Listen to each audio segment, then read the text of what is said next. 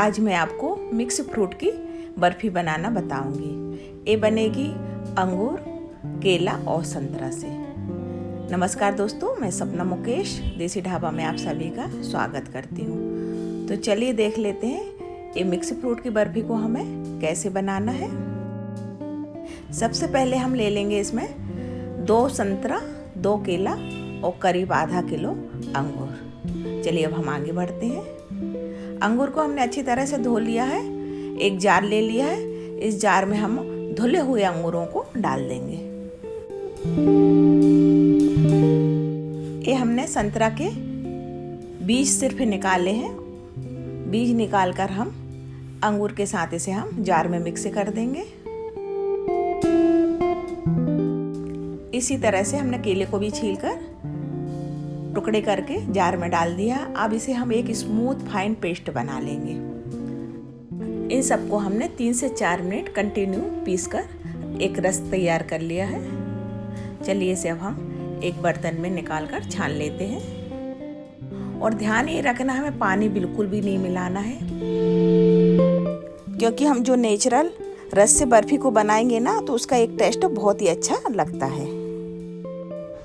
आपने मेरे चैनल को सब्सक्राइब कर दिया है तो दिल से बहुत बहुत धन्यवाद। यदि सब्सक्राइब नहीं किया तो प्लीज़ सब्सक्राइब कर बेल आइकन ज़रूर दबा दीजिए। देखिए हमने सभी फलों को अच्छी तरह से पीस लिया था, तो फटाफट रस भी निकल कर तैयार हो गया है और गूदा भी ज़्यादा नहीं निकला, इसके छिलके भी ज़्यादा नहीं निकले। अच्छा गाढ़ा रस बनकर तैयार हो गया है। चलिए हम आगे देख लेते हैं। एक केसर इलायची मिक्स कस्टर्ड पाउडर है, यहाँ इसको हम काम में लेंगे। यहाँ हम अरारोट को काम में नहीं लेंगे। इसके पाउच को खोल लेंगे हम। चलिए इसे अब हम साइड में रख देते हैं।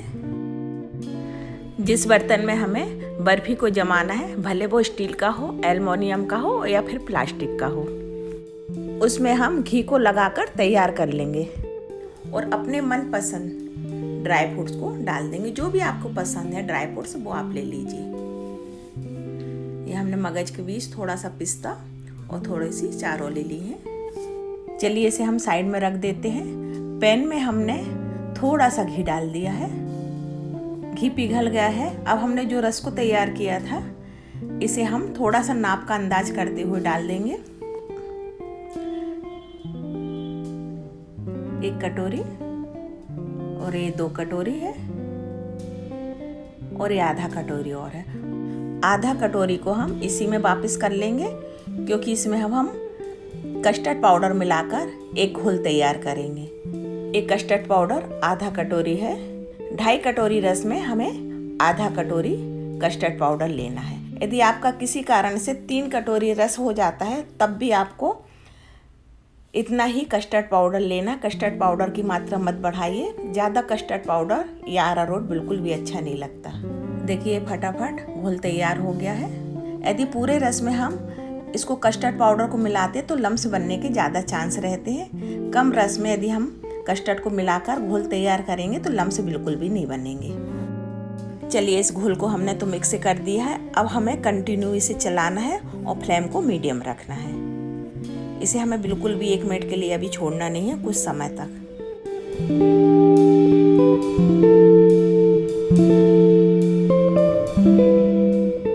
इसकी खासियत ये है, इसमें बाइंडिंग प्रोसेस बहुत जल्दी शुरू हो जाती है, बहुत जल्दी इसमें गाढ़ापन आना शुरू हो जाता है। इसे हमें कंटिन्यू चलाते रहना है। आज मैं आपको थोड़ा सा हटकर बर्फ़ी बनाना बता रही हूँ। इसमें हम चाशनी को बनाकर नहीं डालेंगे, इसमें हम डायरेक्ट शक्कर डालेंगे। हमने 1 कटोरी शक्कर ले ली है और ये 1 कटोरी शक्कर का नाप जो लिया बिल्कुल परफेक्ट है। आप चाहे तो अपने हिसाब से थोड़ा सा कम या ज़्यादा कर सकते हैं। मैं आपको एक बात और बता रही हूँ, जैसे फलों का जो टेस्ट रहता है ना, थोड़ा सा खट्टा मीठा, जैसे अंगूर का, संतरा का, तो इस बर्फ़ी में भी वही टेस्ट ज़्यादा अच्छा लगता है, हल्का सा खट्टा मीठा। यदि आपके फल थोड़े से खट्टे मीठे हों तो द बेस्ट है। और यदि आपके फल थोड़ा सा बनाने के पहले आप टेस्ट कर लें, यदि मीठे फल हों तो आप जब इस समय इस कंडीशन में आप आधा नींबू का रस ज़रूर मिला लीजिए या थोड़ा सा चुटकी भर साइट्रिक एसिड मिला लीजिए। तो एकदम नेचुरल टेस्ट है आपका बर्फ़ी का, लगेगा कि हाँ फलों की बर्फ़ी है। जैसे अभी मैंने बनाई ना, बनाने के पहले मैंने टेस्ट कर लिए थे। अंगूर भी थोड़े से खट्टे हैं, अभी नए नए अंगूर आना शुरू हुए हैं, और संतरा भी थोड़े से खट्टे थे, इसलिए अभी मैं कुछ भी नहीं मिला रही हूँ। यदि आपको वीडियो पसंद आती है तो आप फैमिली और फ्रेंड्स के साथ ज़रूर शेयर करें इसे। देखिए इसकी कंसिस्टेंसी फटाफट ये डो फॉर्म पे आ गया है। अब इसे पकने में ज़्यादा टाइम नहीं लगेगा। यहाँ चाहे तो आप आँच को तेज़ कर लें और लगातार चलाते रहें। देखिए इसकी साइन से लग रहा है कि अच्छी तरह से पकना शुरू हो गई है। अब यहाँ पर हम डाल देंगे 2 चम्मच घी। यहाँ हमें कोई सा भी फ्लेवर नहीं लेना, जैसे केवड़ा एसेंस है या वैनिला है, क्योंकि हमने जो कस्टर्ड डाला है उसमें केसर और इलायची का फ्लेवर ऑलरेडी पहले से ही है। देखिए यहाँ हम कोई कलर भी नहीं मिला रहे हैं। ये हमने मिक्स बर्फ़ी बनाई है, इसका नेचुरल कलर ही हमें बहुत अच्छा लग रहा है। यदि आप ग्रीन कलर या ऑरेंज कलर मिलाना चाहें तो 2 से 3 बूंद मिला लीजिए।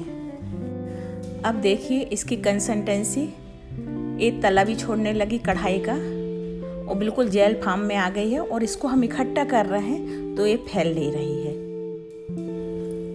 बस इसे हमें इतना ही पकाना है। इससे ज़्यादा यदि हम पका लेते हैं तो ये कढ़ाई में ही ड्राई हो जाएगी। हमें इसी तरह से चेक करना है, जब हम इसको इकट्ठा करें तो ये फैले ना। जैसे हम स्पैचुला से इसको समेट रहे हैं तो ये समेट रही है, फैल नहीं रही है, तो समझो ये बनकर तैयार हो गई। गैस को हमने बंद कर दिया है। अब इसे हम ट्रे में ट्रांसफ़र कर लेते हैं।